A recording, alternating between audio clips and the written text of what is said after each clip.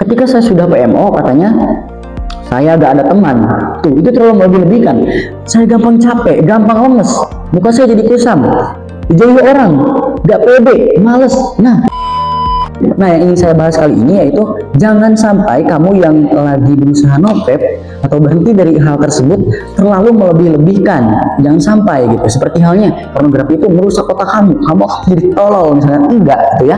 Jadi di sini saya itu sangat ngenes sekali dan gak kuat sekali menahan komentar yang ini nih. Nah, seperti ini komentarnya. Oke, setelah saya PMO, saya gak ada teman men. Terus gampang capek, gampang lemes, bukan menjadi kusam, dijauhi orang. Nah, yang pertama gak ada teman. Apa hubungannya men sama gak ada teman? Sebenarnya kayaknya ketika gak ada teman itu mungkin kamunya aja yang gak bisa bergaul gitu. Bukan itu karena pornografi, bukan karena PMO, bukan. Gampang capek juga, terus muka kusam. Apa hubungannya dengan muka yang kamu kusam?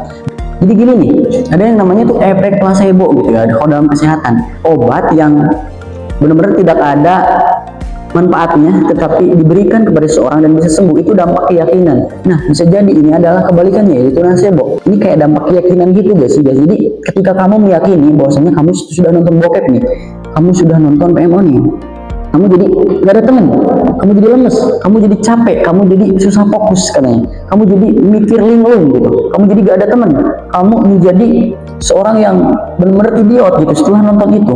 Kamu tidak bisa berinteraksi dengan orang, tidak bisa ngobrol dengan orang, malesan, insecurean. Wah, itu bejat banget gitu, terlalu melebih-lebihkan, dan itu berdampak buruk juga kepada kamu. Jadi mungkin nanti saya akan meng-share bagaimana cara untuk lepas dari hal tersebut tanpa melebih-lebihkan hal tersebut. Karena ketika kamu melebih-lebihkannya, ketika kamu relapse lagi atau PMO lagi nih, kamu PMO lagi nih, dan kamu telah mempunyai keyakinan bahwasanya PMO ini dapat menjadikan diri saya tidak pede, dapat menjadikan diri saya tidak bisa ngobrol depan umum, dapat menjadikan diri saya malesan, insecure, dijauhi orang. Itu bakal terjadi karena dampak dari keyakinan kamu. So, sejatinya ya nggak seperti itu juga gitu.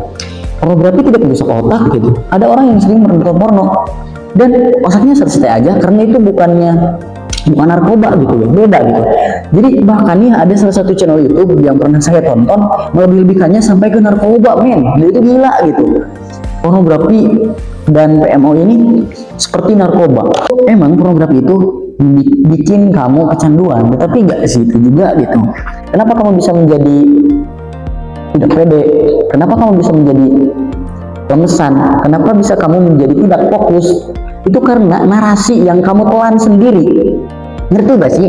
Jadi kamu menelan bahwasanya PMO itu bikin kamu tidak pede, bikin kamu insecure, bikin kamu tidak pede ngobrol dengan orang lain atau dengan cewek, bikin kamu tidak fokus. Kamu menelan narasi itu mentah-mentah, sehingga ketika kamu relapse, ketika kamu PMO lagi, kamu meyakini hal tersebut dan menganggap diri kamu super sampah. Dan itulah yang saya tidak mau, itulah yang saya tidak pengen. Cowok-cowok jangan sampai seperti itu, santai aja men.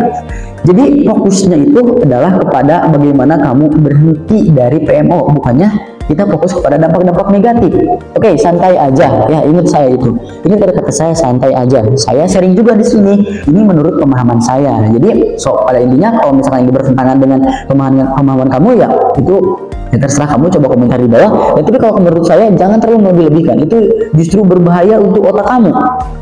Karena cenderung nih para motivator lepas PMO di YouTube melebih-lebihkan banget, bikin kamu tidak fokus, bikin kamu tidak pinter, tolol dan lain sebagainya. Itu wah gila gitu.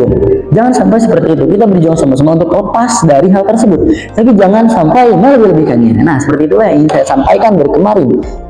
Salah banget men, bahaya banget itu kalau menurut saya ya. Seperti itu. Mungkin sekian dari saya. Kalau misalkan kata-kata saya ada yang kurang berkenan atau yang bacot terus kepada kamu sakit hati, ya mohon dimaafkan ya. Mungkin sekian dari saya. Wassalamualaikum warahmatullahi wabarakatuh.